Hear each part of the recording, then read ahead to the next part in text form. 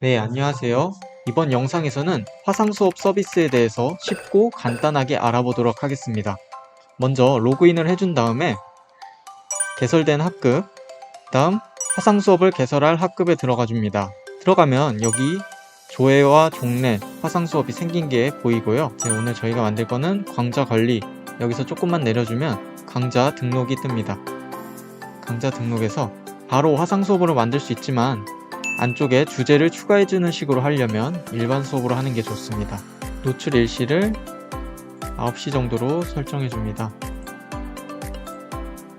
네, 개설된 강좌에 들어가서 주제 추가하기를 클릭한 다음 화상 수업 등록을 클릭해줍니다. 그러면 창 하나가 뜨는데요. 여기에 주제 이름, 예시로 1교시 과학, 그 다음 쪽지를 발송할 것인지 체크를 합니다. 일단 아니오를 체크하겠습니다. 그 다음 입장 가능한 일시 이렇게 체크를 해주고 그 다음 수업 시간을 체크를 해줍니다. 수업 시간을 체크했을 때 이 시간 안에 학생이 들어올 수 있는 시간을 의미합니다. 넉넉하게 50분으로 하겠습니다. 등록. 이렇게 빨간불이 들어온 주제가 만들어집니다. 만들어졌으면 클릭하고 입장하기를 눌러줍니다. 그렇다면 이제 원격 수업 환경 설정 창이 뜨는데요. 여기서 내 사진을 만들 수가 있습니다. 지금 화면에 뜬 사진을 캡처할 수가 있는데 이런 식으로 사진이 만들어집니다. 이런 식으로 캡처해도 되고 이런 식으로 캡처를 해보겠습니다. 내 사진. 그 다음 비디오 장치를 설정할 수 있습니다. 클릭을 하면 여러가지 카메라 중 어떤 것을 할 것인지 설정을 하고 그 다음 마이크는 어떤 식으로 사용할 건지 이렇게 설정을 한 다음에 자신의 마이크가 잘 나오고 있는지 확인을 해줍니다. 그 다음 완료가 됐으면 수업 입장. 이것이 화상 수업의 메인 화면입니다. 여기서 바로 보이는 것이 영상 추가하기가 나옵니다. 영상 추가하기에서 눌러주면 내 카메라를 설정을 해줍니다. 내 카메라가 설정이 되었고 그 다음 하나 더 추가해줘야겠죠. 내가 수업할 화면을 이제 공유를 해주는 겁니다. 화면 공유. 내 전체 화면으로 공유를 시작하겠습니다. 오디오 공유를 체크해준 다음 공유. 그러면 이제 두 번째 화면이 추가가 됩니다. 이 상태에서 수업을 시작하는 것이 아니고 내 화면을 부에다 넣고 부가 이 아래의 작은 화면을 말하고 그 다음 화면 공유는 주로 설정을 해줍니다. 아니면 선생님이 얼굴을 보여주면서 얘기를 하고 싶다. 그러면 바꿔서 하면 되겠죠? 내 화면을 주로 설정을 해줍니다. 여기는 이제 마이크 켜기. 빨간색이 들어와야 마이크가 켜진 것입니다. 수업 준비가 완료가 되었으면 학생들이 들어와야겠죠? 여기 수업 시작하기 버튼을 눌러야 학생들이 들어올 수 있습니다. 수업 시작하기 버튼을 눌러주면 여기서 아까 설정해 놓은 시간이 나타납니다. 지금 이렇게 가상의 학생이 한 명 들어왔습니다. 학생이 참여를 했는지 확인하기 위해서 더보기를 클릭한 다음 참여 확인 요청을 클릭을 해줍니다. 참여 요청. 이렇게 요청을 하였을 경우 학생 화면에 이제 인증 코드를 입력해주라는 그런 멘트가 나옵니다. 학생이 인증 코드를 입력하였다면 참여 확인 결과를 눌러줍니다. 학생들이 진짜 들어온 것인지 확인을 할 수 있습니다. 참여 학생만 따로 볼 수 있고 미참여 학생만 따로 볼 수 있습니다. 학생이 다 들어왔다면 화면 공유를 시작하고 수업을 시작을 하면 됩니다. 그 다음은 이 학습터 화상 수업의 여러가지 기능에 대해서 살펴보겠습니다. 먼저 문서 공유인데요. 학생들에게 공유할 문서가 있는 경우 더보기에서 문서 공유를 클릭하고 학생에게 공유할 파일을 선택을 해줍니다. 예를 들어 오늘 나눠줄 학습지에 대해서 파일을 공유하는 것입니다.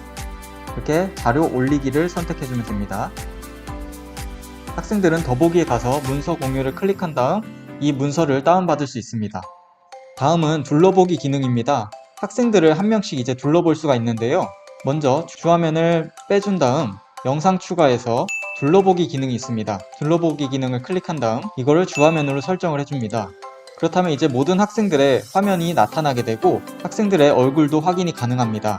여기서 둘러보기 기능이 좋은 점이 있는데요. 학생들에게 예, 아니오의 질문을 할 수가 있습니다. 예, 아니오 기능을 켜면 학생들 화면에는 예, 아니오 확인 버튼이 나타납니다. 여기서 학생이 예 버튼을 누를 경우 체크 표시가 나타납니다. 아니오 버튼을 눌렀을 때는 이렇게 X 버튼이 나타나게 됩니다. 그 다음 또 하나는 학생이 어떤 멘트를 말했을 때 학생이 말하는 메시지가 화면에 나타나게 됩니다. 그 다음은 수업 녹화 기능입니다. 이 아래 보시면 녹화 시작하기 버튼이 있습니다.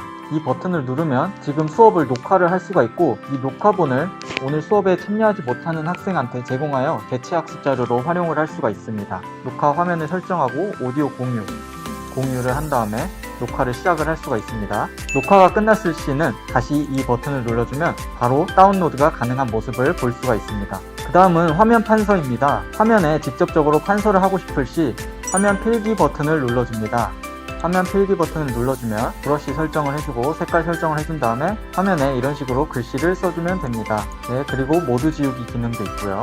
그 다음은 채팅 기능입니다. 여기 채팅 버튼이 있는데요. 채팅으로 들어가서 기본적인 채팅을 할 수 있지만 중요한 내용일 경우 공지사항으로 등록하면 좋은데요. 플러스 버튼을 누른 다음 공지사항 보내기, 오늘의 공지사항을 하면 맨 위에 공지사항으로 나타나게 됩니다.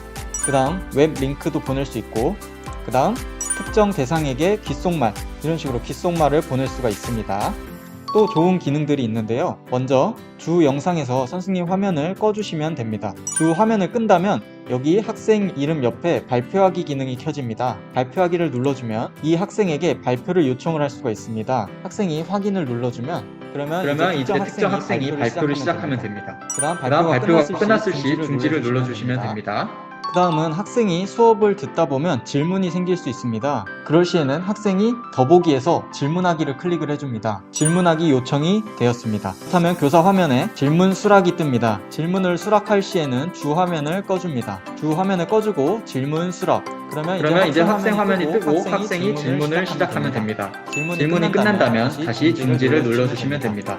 그 다음 기능은 퀴즈 기능입니다. 더보기에서 교사가 퀴즈를 등록해 줄 수 있습니다. 퀴즈 등록하기, 단답형, 다답형, 그 다음 주관식 단답형, 주관식 서술형, 이렇게 여러가지 문제를 낼 수 있고 퀴즈명, 이미지까지 넣어줄 수 있습니다. 그 다음 이제 정답을 입력할 때는 정답 체크를 해주고, 그 다음 추가하기, 4번은 정답으로 추가가 되었습니다. 퀴즈를 출제해야겠죠? 퀴즈를 출제하기 클릭을 해줍니다. 아까 만들었던 퀴즈를 선택하고 출제. 그러면 이제 학생의 화면에 퀴즈가 바로 뜨게 됩니다. 모든 학생이 퀴즈에 참여했을 경우 퀴즈 결과를 확인할 수 있습니다. 퀴즈 결과. 그러면 몇 번에 어떤 학생이 대답했는지 정답 여부까지 나타나게 됩니다. 그 다음은 설문조사 기능입니다. 설문조사를 시작할 수 있는데요. 설문조사, 예 아니오식, 선택형식 여러가지 식으로 가능한데요. 예 아니오로 진행하겠습니다.